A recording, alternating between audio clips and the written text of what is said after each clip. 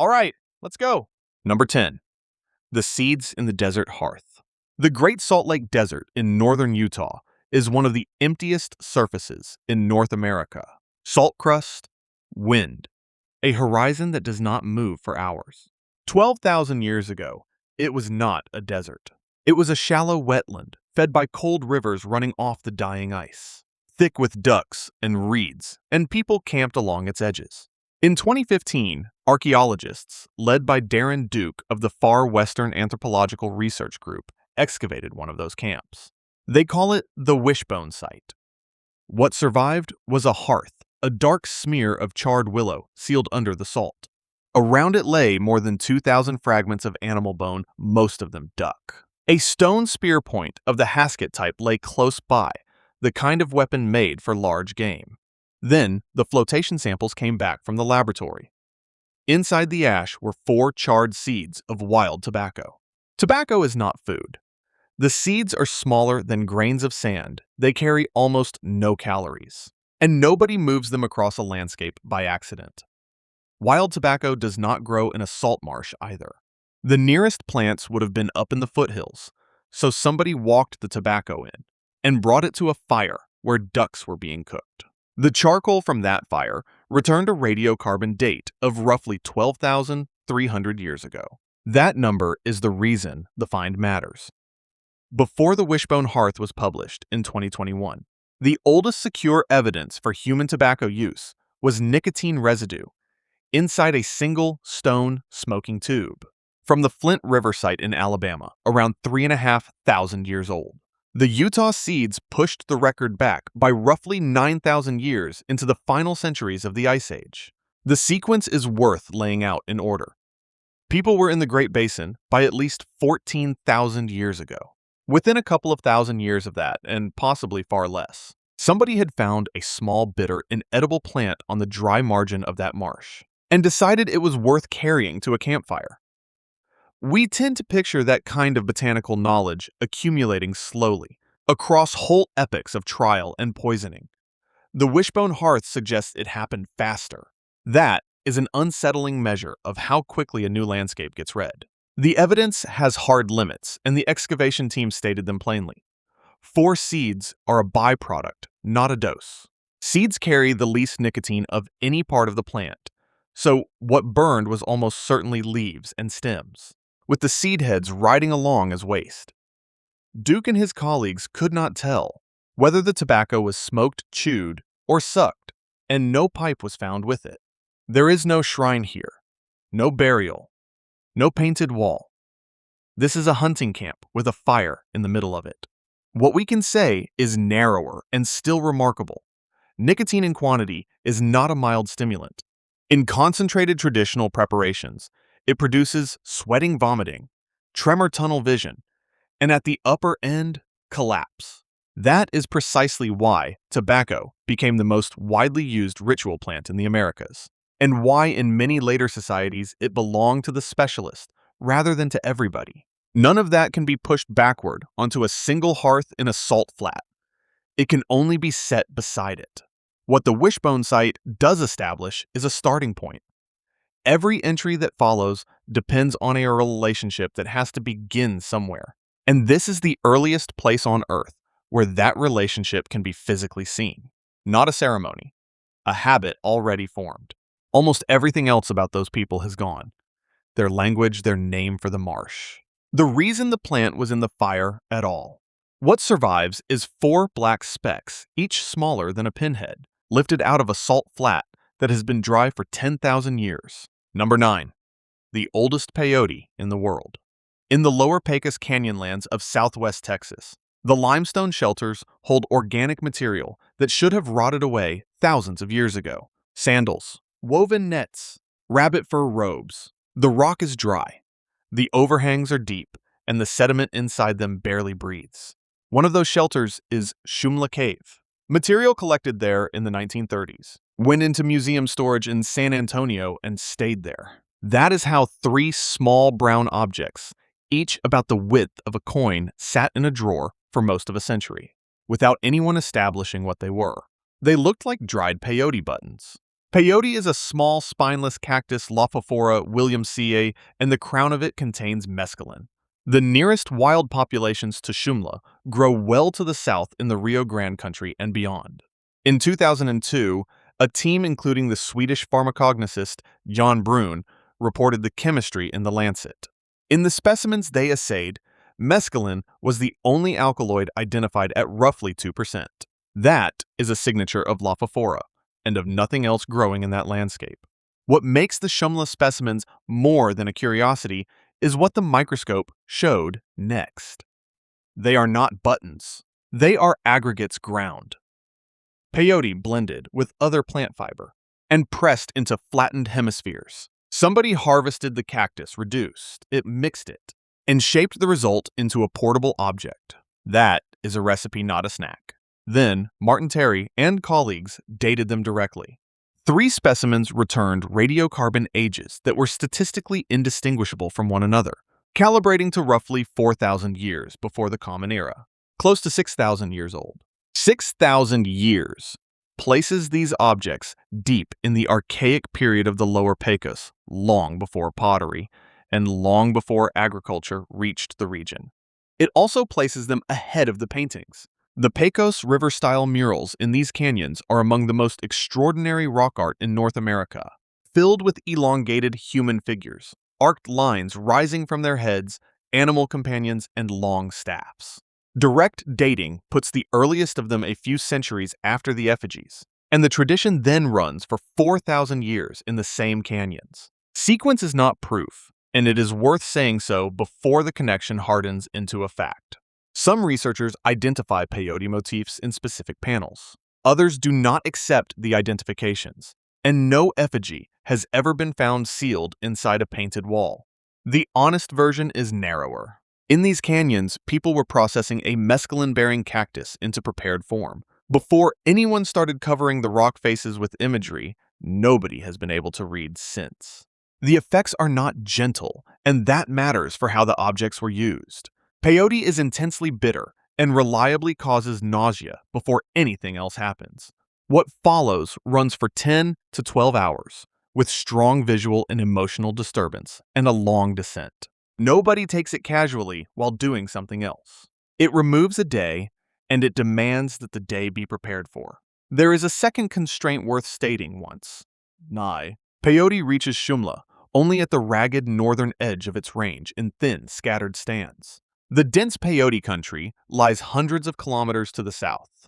Whether these effigies were made from local plants or carried up from that country cannot be settled, but the quantity of processed cactus they represent sits awkwardly with what grows nearby. Peyote is still taken today.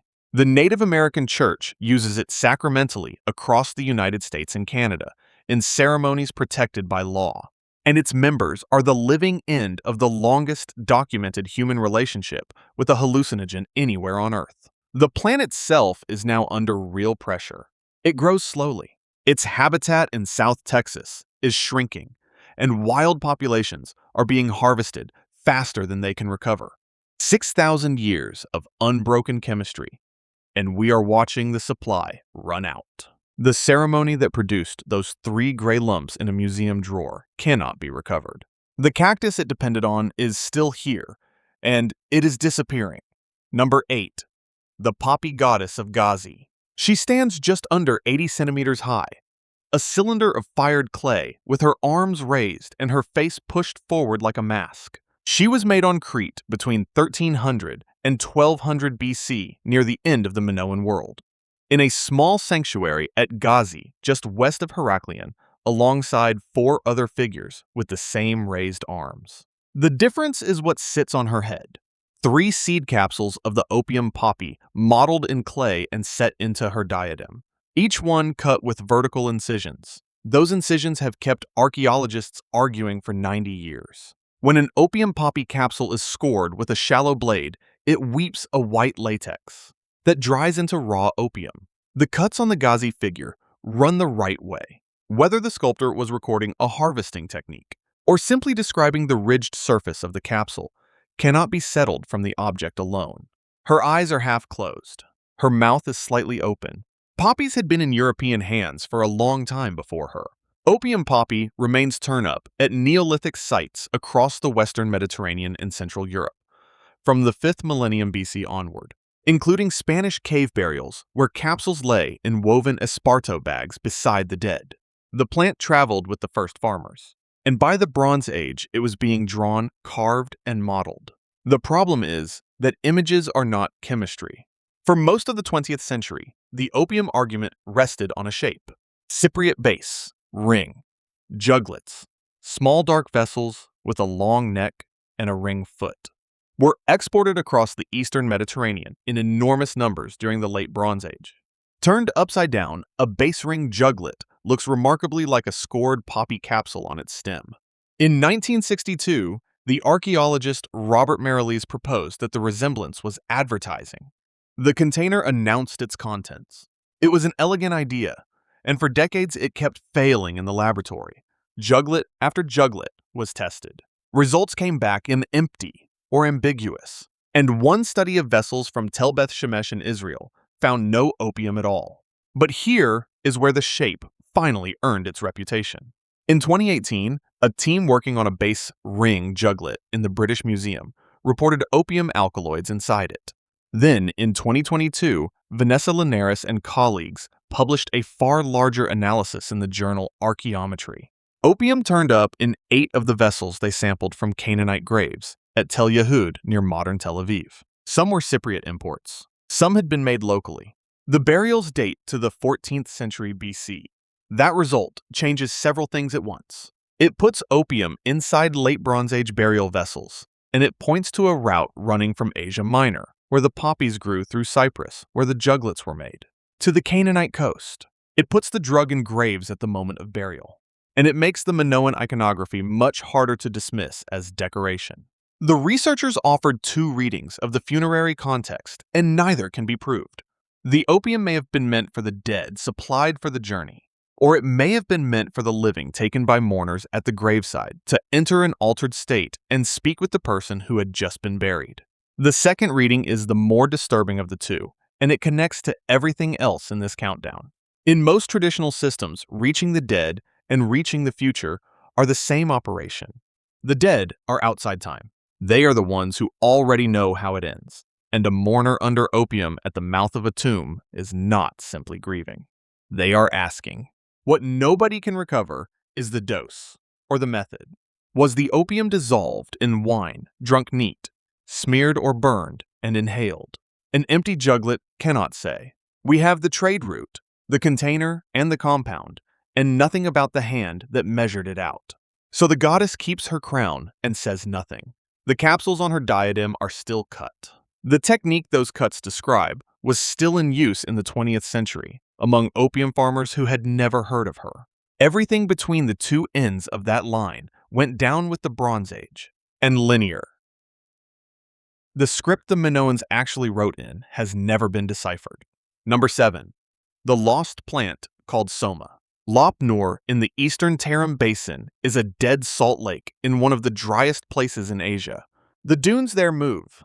In 1934, a Swedish archaeologist, Folke Bergman, was led to a low mound bristling with wooden posts that stood out of the sand like a stockade.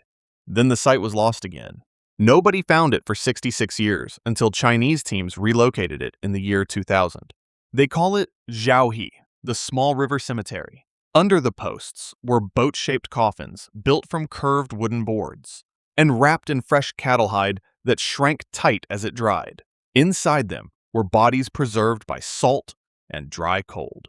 Felt hats with feathers, woolen cloaks, faces still recognizable after 3,500 years. Placed with many of those bodies were small bundles of twigs tied and laid against the corpse or tucked into the coffin. The twigs are ephedra. Botanists have identified the genus repeatedly at Zhaohe and at the nearby Gumugu Cemetery, using both morphology and chemical analysis on material dating from roughly 3,800 to 3,200 years ago. We are not guessing at this one. Ephedra is not a food and not a fiber. Its stems contain ephedrine, a powerful stimulant. That raises heart rate and blood pressure, sharpens alertness, suppresses fatigue and hunger, and in quantity produces a wired, sleepless clarity that can last for hours. Somebody in the Bronze Age Tarim Basin decided that this plant belonged in a grave. Not a few seeds dropped in ash. Not a residue at the bottom of a pot. Cut stems bound into bundles laid on the dead in numbers across centuries. Which brings up the oldest missing drug in the world. The Rigveda, composed in an Indo-Aryan language somewhere in Central or South Asia during roughly the same period, contains more than 100 hymns to a substance called Soma.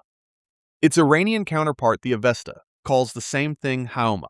The hymns describe pressing stalks between stones, straining the juice through wool, mixing it with milk, and drinking it. The priest who drinks it says he has become enormous, that he has reached the light, that the gods are visible to him. One verse states flatly that the drinkers have become immortal and have found the gods. Then the plant disappears from the record.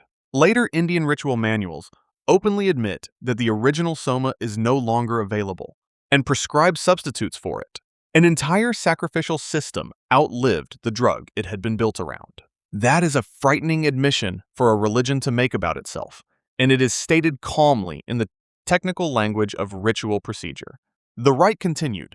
The verses continued. The substance at the center of the whole structure had become a memory, and the priests carried on pressing something else between the stones. The candidates have been argued over for 2 centuries. Ephedra is the leading one, supported by the pressing and straining procedure by the plant's survival in modern Zoroastrian Hauma ritual, and now by these bundles on the eastern edge of the Indo-Iranian world.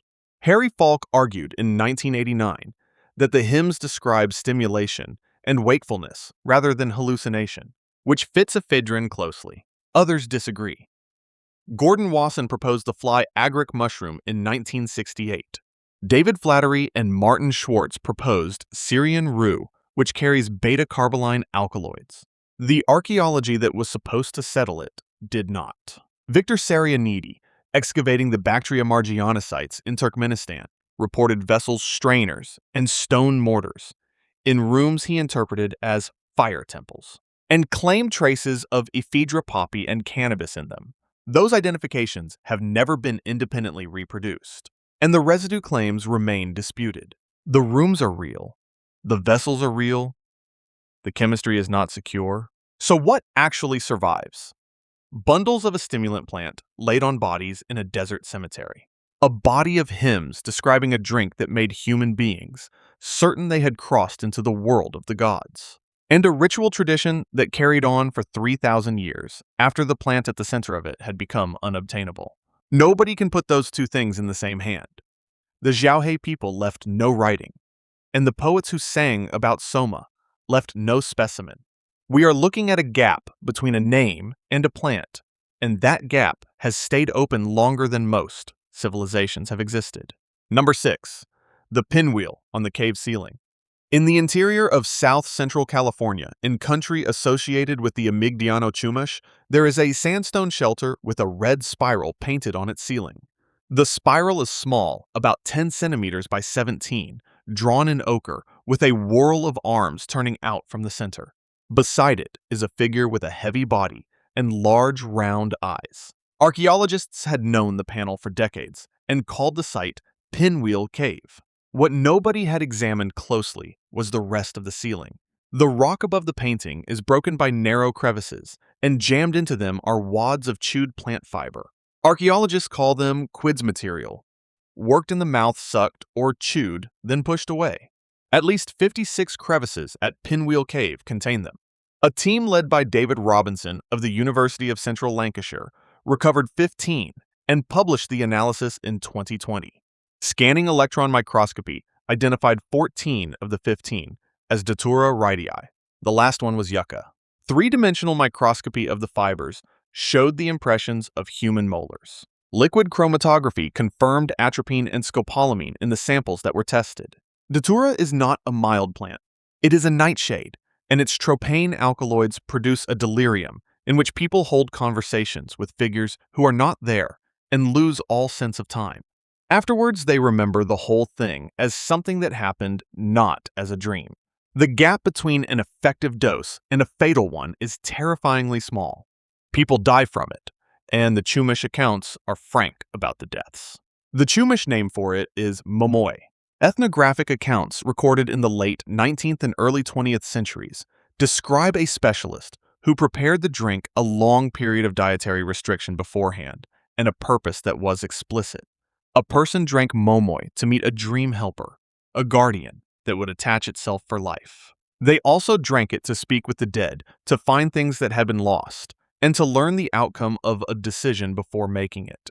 In Chumash oral narrative, momoy is an old woman who knows what is happening in distant places and can see what has not yet occurred. But here is where the painting stops being decoration. Robinson's team argued that the pinwheel is a portrait of the plant. A datura flower opens at dusk, and it does not unfold like a rose. It unwinds, spiraling out of a tight twist into a white trumpet with 5 points over several minutes in front of anyone patient enough to sit and watch. The red whorl on the ceiling has exactly that geometry. The bulbous figure beside it fits a hawk moth, the pollinator that feeds on datura nectar, and then flies in erratic looping lines because the nectar is loaded with the same alkaloids. The radiocarbon dates place the quids between roughly 1600 and the late 1800s. That is late, and it needs saying plainly. Pinwheel Cave is not an Ice Age site, and the practice it records was already old when these particular wads were chewed. The truly unsettling part is what surrounds the deposit. The floor of the cave is full of ordinary living debris. Projectile points, cut bone, ground stone, evidence of cooking, of tool repair, of people staying for a while. This was not a hermitage. It was a working camp, and the most dangerous psychoactive plant in the region was being taken there in the middle of everyday life in company, under a painted ceiling. That combination is what makes the site unique in world archaeology. Rock art is everywhere. Hallucinogens in the archaeological record are rare, but real. Almost nowhere else on Earth do the drug and the image sit in the same room, in the same layers with the chemistry still intact. We are usually looking at one half of a practice and guessing at the other. For a century, the standard reading of trance imagery ran one way. The vision came first, and the painting was a report of it made afterwards by someone who had gone away alone and come back changed. Pinwheel Cave reverses that. Here, the image is not a record of what the drug showed somebody. It is a picture of the flower that does the showing, painted directly above the place where it was chewed, in a room where other people were cooking dinner. Number 5. The hemp tents of the Scythians. In 1929, and again after the Second World War, the Soviet archaeologist Sergei Rudenko cut into burial mounds in the Altai Mountains of southern Siberia. Water had seeped into the chambers and frozen there. Under the ice were 5th and 4th century BC tombs, in which the organic material had survived intact carpets, saddles, a wooden wagon, embalmed bodies covered in tattoos of deer and griffins. In Barrow, too, he found the components of 2 small tents, poles arranged to lean together at the top, felt covers, and beneath them a bronze vessel holding stones that had been heated in a fire, with hemp seeds scattered around and inside it. Rudenko recognized the assembly at once because a Greek had already described it in writing, while the Scythians were still using it. In Book 4 of his Histories, Herodotus writes that the Scythians set up 3 poles leaning together. Stretch felt over them until the covering is airtight. Throw hemp seed onto red-hot stones inside and sit in the smoke. He says the vapor exceeds any Greek steam bath, and that the Scythians howl with pleasure. He filed the practice under bathing. He was describing an inhalation chamber. Herodotus also records something more specific about who among the Scythians handled the sacred. He describes the Inares, a class of diviners, who were said to have received the art of prophecy from a goddess. Their method was physical. They split the inner bark of the linden tree into 3 strips, then plated and unplated them around their fingers while they delivered their answers. Greek and Hippocratic writers found them strange enough to describe more than once. So the same source gives us 2 things at once: a steppe society with a named body of professional prophets, and a documented practice of communal drug smoke, both written down by an outsider who understood neither. Herodotus is not a reliable witness to Scythian religion. He is a reliable witness to the fact that there was one. What makes this more than an old traveler's tale is a set of braziers found 2,500 kilometers away. At the Jirzankel Cemetery on the Pamir Plateau in western China, more than 3,000 meters above sea level, archaeologists excavated wooden braziers set into tombs dating to roughly 500 BC. In 2019, a team including Yimin Yang and Robert Spengler published the residue analysis in the journal Science Advances. Gas chromatography found cannabinol, the breakdown product of THC, on the interior surfaces of 9 of the 10 braziers and on burnt stones inside them. Nothing appeared on the outer surfaces. The plants had been burned inside the vessel on purpose, and the smoke had been contained. The cannabinol levels point to plants carrying more THC than typical wild populations. That could reflect deliberate selection hybridization along the trade corridors opening across Central Asia, or the effect of altitude stress on the plant's own chemistry. Nobody can yet say which. The rest of that cemetery turns the chemistry into a scene. Excavators recovered an angular harp, a stringed instrument that somebody carried up to 3,000 meters. Some of the human remains show perforated skulls and brutal unhealed injuries. Fire music smoke and the violently dead inside one enclosed space near the roof of the world. It is a haunting assemblage, and it is not a Greek fantasy about barbarians. It was excavated dated by radiocarbon and confirmed by gas chromatography. There is one more find, and its evidentiary status is weaker, so it needs a label. In 2013, a hoard of gold vessels was recovered from a kurgan called Sengilevskoye II, near Stavropol in southern Russia, dating to roughly 2,400 years ago. Black residue inside them was analyzed by a regional forensic laboratory and reported to contain both opium and cannabis. That result circulated widely and has never appeared in a peer-reviewed publication with full method detail. It is suggestive. It is not proof, and we should not lean on it. Everything else stands on its own. Frozen poles and a censer in Siberia. Charred braziers in the high Pamirs.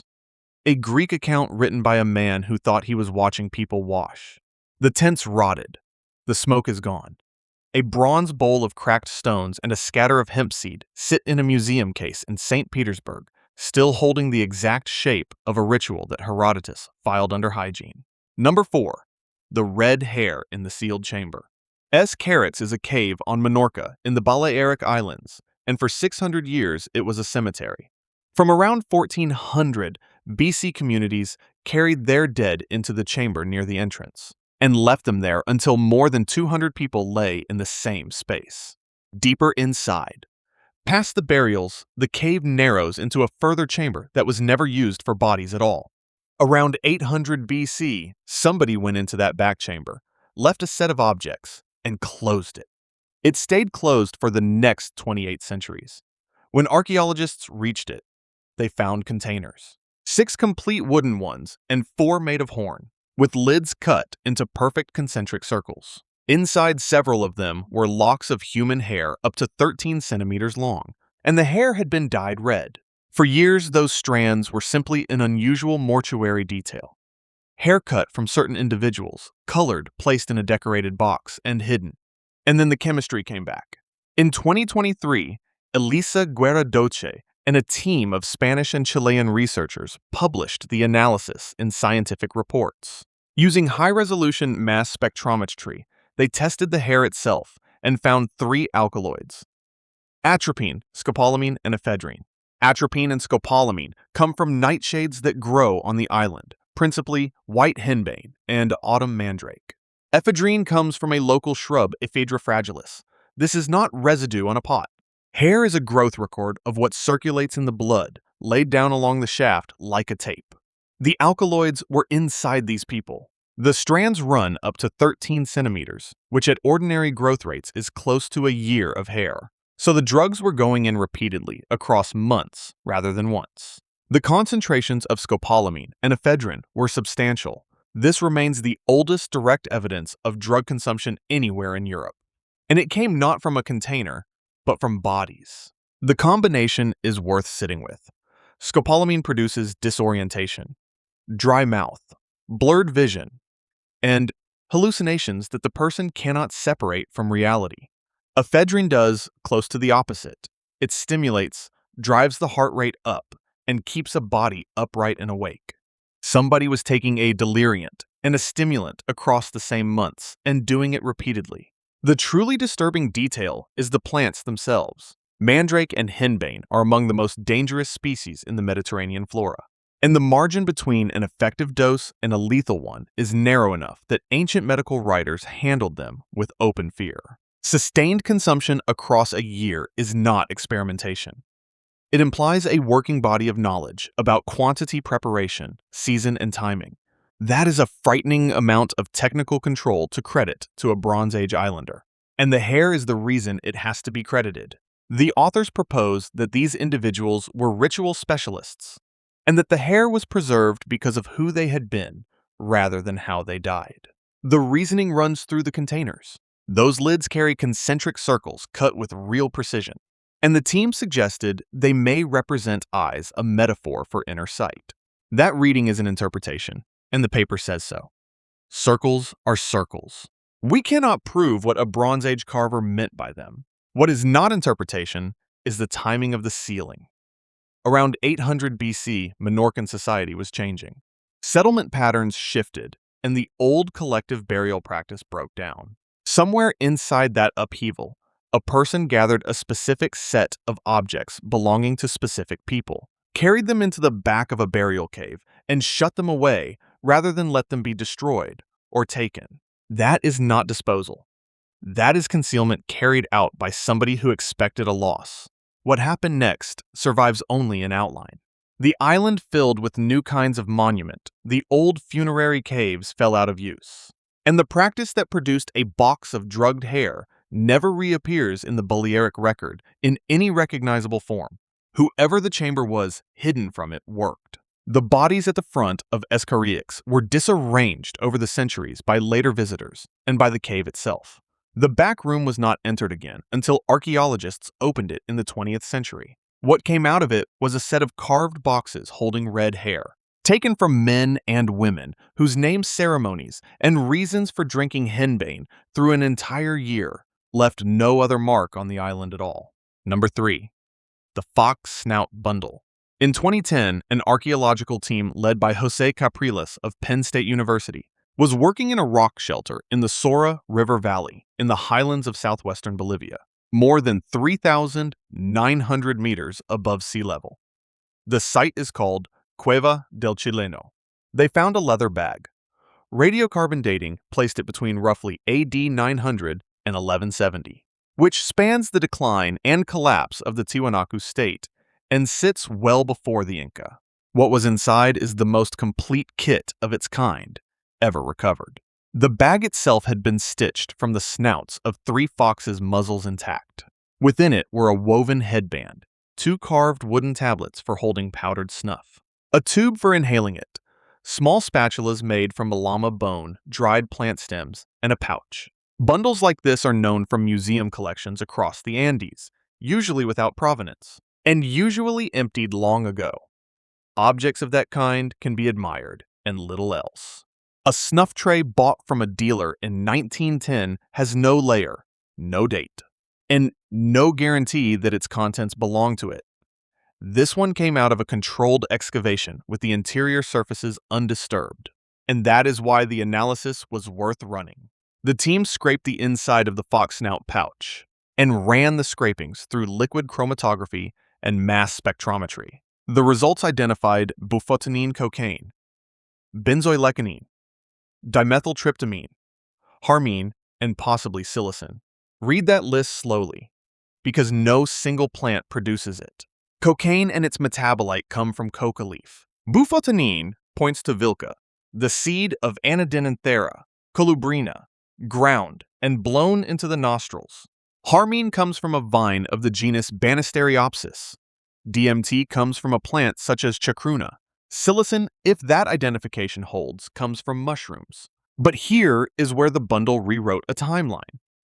Harmine and DMT together is not an accident of storage. Taken by mouth, DMT is destroyed almost immediately by an enzyme in the human gut, and nothing happens. Harmine blocks that enzyme.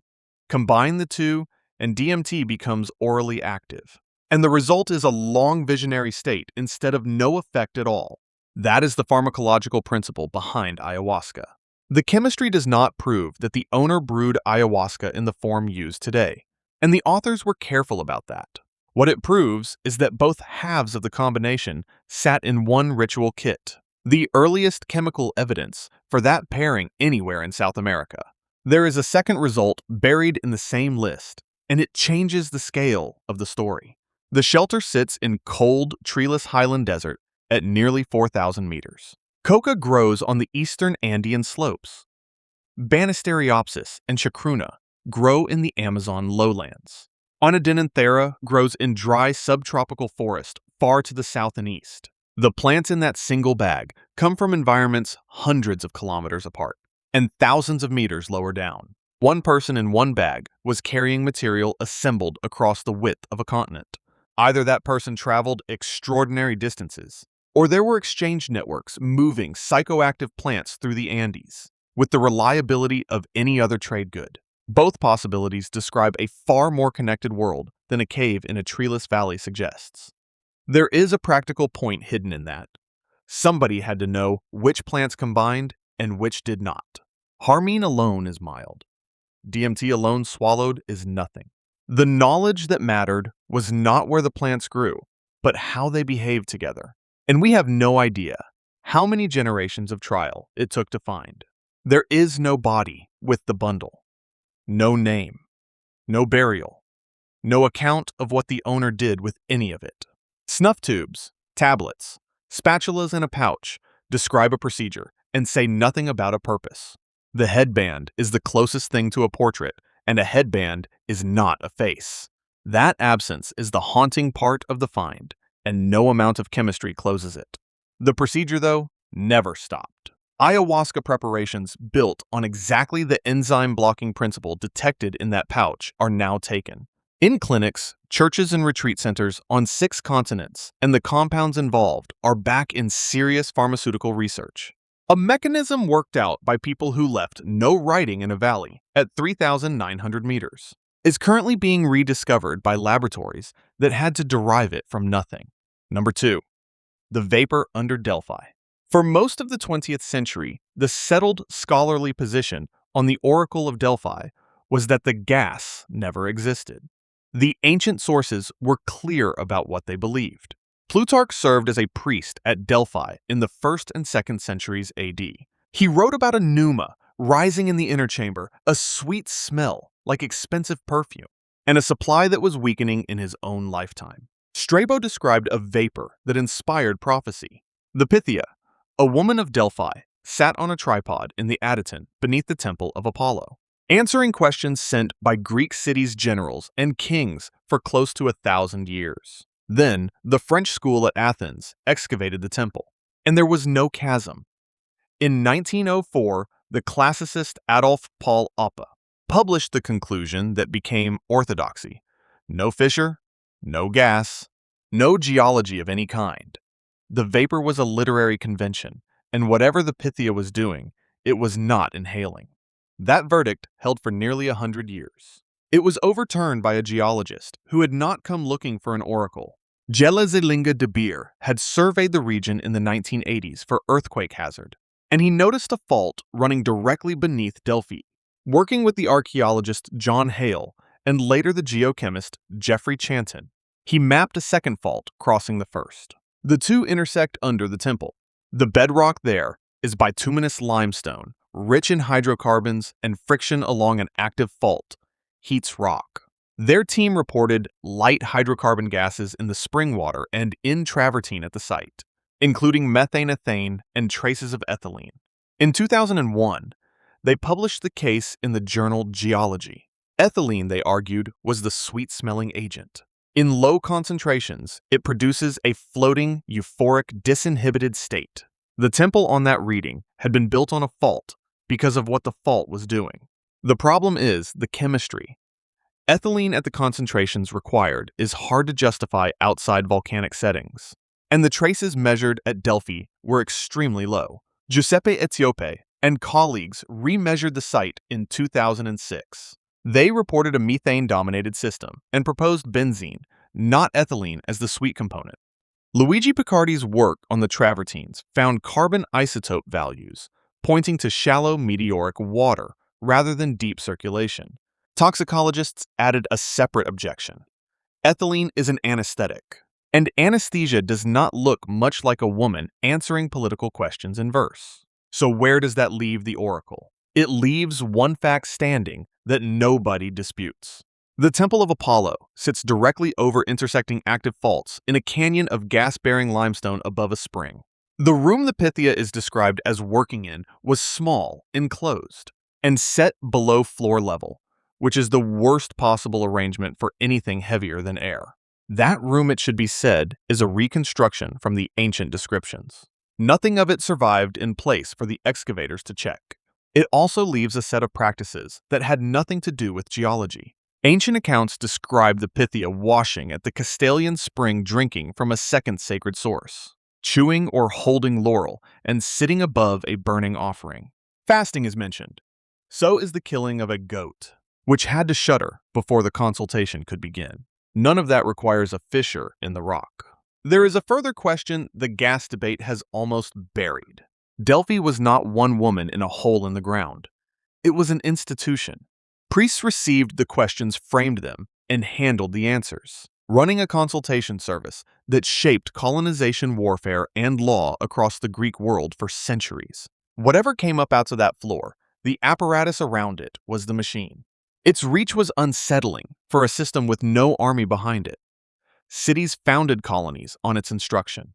Commanders delayed campaigns. There was a Mycenaean settlement on that hillside from about 1500 BC, though whether the figurines from the deeper layers mean cult or simply habitation is disputed. The earliest secure evidence for a sanctuary is 8th century BC. The gas may never be identified, and we should be honest about why. The emissions of the 4th century BC are not the emissions of today. 24 centuries of earthquakes have rearranged the plumbing under that hillside. The modern fluxes are faint, and no sample of ancient air exists. Whatever you conclude about Delphi, you are concluding it from a system that has already changed. The faults, however, are still there. They still move. In 373 BC, an earthquake brought the temple down, and the system that dropped rock through Apollo's sanctuary is the one that had been feeding the sanctuary its reputation. Delphi sits where the crust is pulling itself apart. The mechanism that made that ground exceptional to the Greeks is the mechanism that will eventually finish the ruins off. Number 1, Chavin de Huantar. At 3,180 meters in the Peruvian Andes, where two rivers meet below the Cordillera Blanca, there is a complex of stone platforms that was under construction for 700 years. Building began around 1200 BC and continued to roughly 500 BC. There is no writing from it. There is no evidence of an army, no fortification wall, and no sign that it ever conquered anybody. It drew people from across Peru, regardless from the desert coast, and from the eastern forests, and it kept drawing them for 30 generations. Under the platforms is a labyrinth.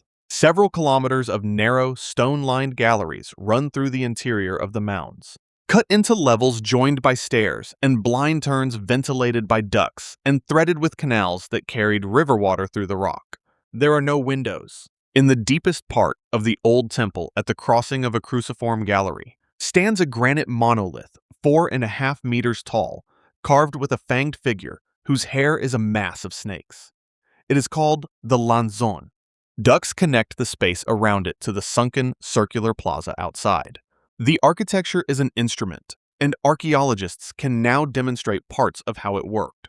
In 2001, a team led by John Rick of Stanford University recovered 20 conch shell trumpets, made from the shell of Strombus galeatus in a gallery now named after them. Acoustic research led by Miriam Kolar showed that 3 of the ducts amplify the frequency range those trumpets produce, lifting the sound by 10 to 20 decibels and carrying it between the interior and the plaza. A person standing outside would hear a voice, or something close to one coming out of a solid mound of stone. Water in the canals adds a constant roar with no visible source. Underground with no light, the walls appear to be speaking. Now put a drug inside that building. A carved relief from the circular plaza shows a figure holding a segment of columnar cactus, matching the San Pedro cactus that grows in the region and contains mescaline. The iconography of the site is saturated with transformation. Human faces turning into jaguars, nostrils streaming mucus, eyes rolled upward. For decades, that was the whole argument. Imagery and inference drawn from imagery. What makes 2025 different is that the inference stopped being necessary. In 2017, excavators opened a gallery at Chavín that had been sealed since roughly 500 BC and never entered afterwards. Inside were 23 artifacts of bone and shell worked into tubes and small spoons. A team including John Rick and Daniel Contreras of the University of Florida published the residue analysis in the Proceedings of the National Academy of Sciences in May 2025. 6 of the objects carried chemical traces of psychoactive compounds. There was nicotine from wild tobacco. On 4 of them, there were microscopic remains of vilca, the seed of Anadenanthera colubrina, dried, toasted, and ground into a snuff along with DMT. The tubes were cut from hollow bird bone. They were made to blow powder deep into somebody else's nose. That is a delivery method requiring a second pair of hands, and it works within seconds. The truly haunting part is the size of the rooms. These galleries hold a handful of people. Not a congregation, not a plaza crowd. A few individuals at a time underground in the darkened chambers, engineered to sound like nowhere else on Earth receiving a compound that dissolves the ordinary boundary between a person and the room they are standing in. Vilca snuff comes on fast, and it comes on hard. Within a minute, the nasal passages burn. The eyes stream, mucus runs, and the visual field breaks apart. The carvings on the walls of Chavin show exactly that face. Streaming nostrils, bared teeth, and expressions somewhere between agony and transformation. Those are not abstract emblems invented out of nothing. They are what the snuff did to people rendered in stone. Contreras described the ritual as tightly controlled, and the control is the point. Chavin had no script, no standing army, and no empire, and it held influence across an enormous region for 7 centuries. It did that by owning an experience. The stone, the water, the shells, the darkness, and the snuff were one integrated device, and access to the device was restricted to whoever the architecture let in. Chavin is where the countdown ends because it makes the underlying pattern impossible to miss.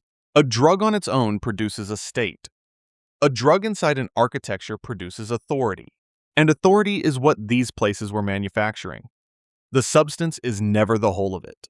The other half is a room, a rule specialist, and a reason to trust the answer that comes back out. We can recover the first half now. Chemistry has become sensitive enough to pull nicotine out of a bone tube and scopolamine out of a lock of hair, and the resolution keeps improving. 20 years ago, most of the results in this countdown did not exist. 20 years from now, there will be more of them, from sites that have already been excavated and shelved. The second half is not coming back. The galleries at Chavin are still open, and you can walk into them with a torch. The bone tubes are in a laboratory cataloged and photographed. What no instrument will ever return is the thing the entire apparatus was built to produce, what the person in the dark believed they were being shown, and what they told everybody else when they came back out. If you want to see more videos like this, click the video on screen now and make sure to subscribe.